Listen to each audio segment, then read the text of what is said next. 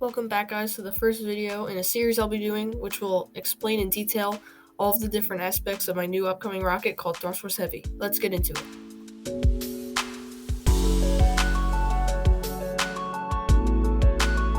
Here we are facing the top deck.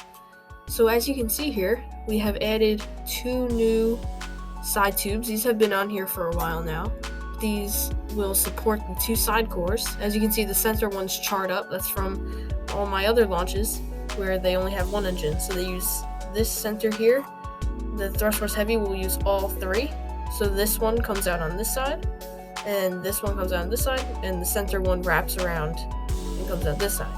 Now also you can see that I have added pillar extensions on this side here because ThrustForce Heavy has engine bell pieces on the bottom, which would hit this piece here, which supports the rail.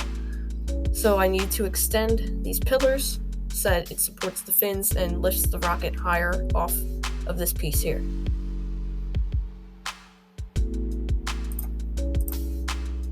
Next part here is we are facing on the right side of the pad here.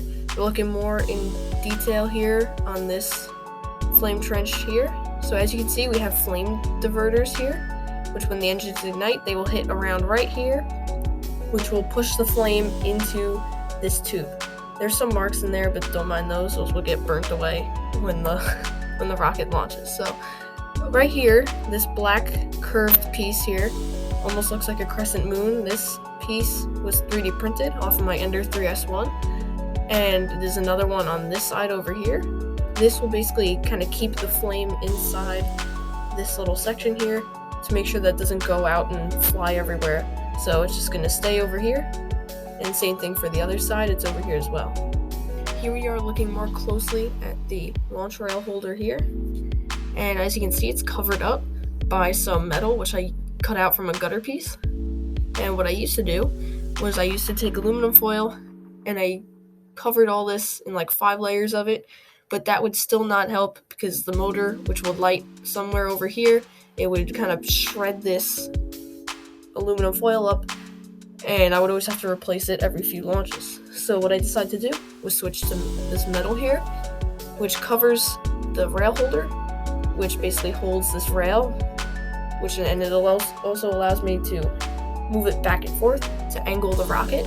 So this is a pretty useful piece, and it's a necessary piece for my rockets, so this needs to be guarded at all times because it's not a metal piece, this is a plastic piece inside of there, so we need to make sure we protect that. And also over here we have some aluminum foil over here just to keep in the flame in this section. I want to keep any kind of fire or sparks, anything kind of in this general area over here and not going anywhere else in the pad.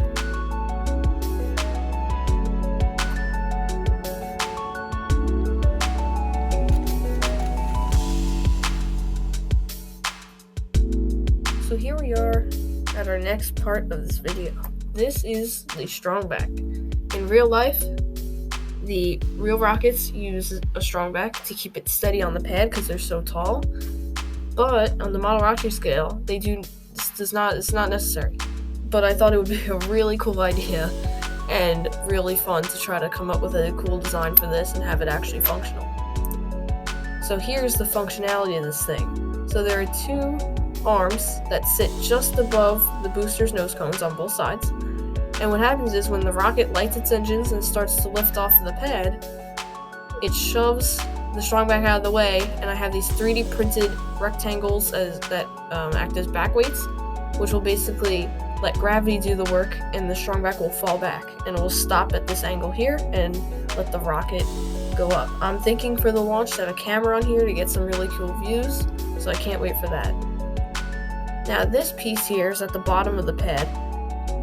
This piece here hits the bottom of the pad here to stop the strongback from falling any further than it does. So you see in the previous image here, the strongback stops at this angle because of that piece. Because of this piece, the strongback stops. And also here you see the rotation system here. There's a tube on the back of the pad with 3D printed pegs here and here, which will allow the strongback to freely rotate back and forth. Thank you for watching, and make sure to join next week in the next video of this series which will include the 3-engine hot fire as well as the ignition systems planned for this rocket. I'll see you then.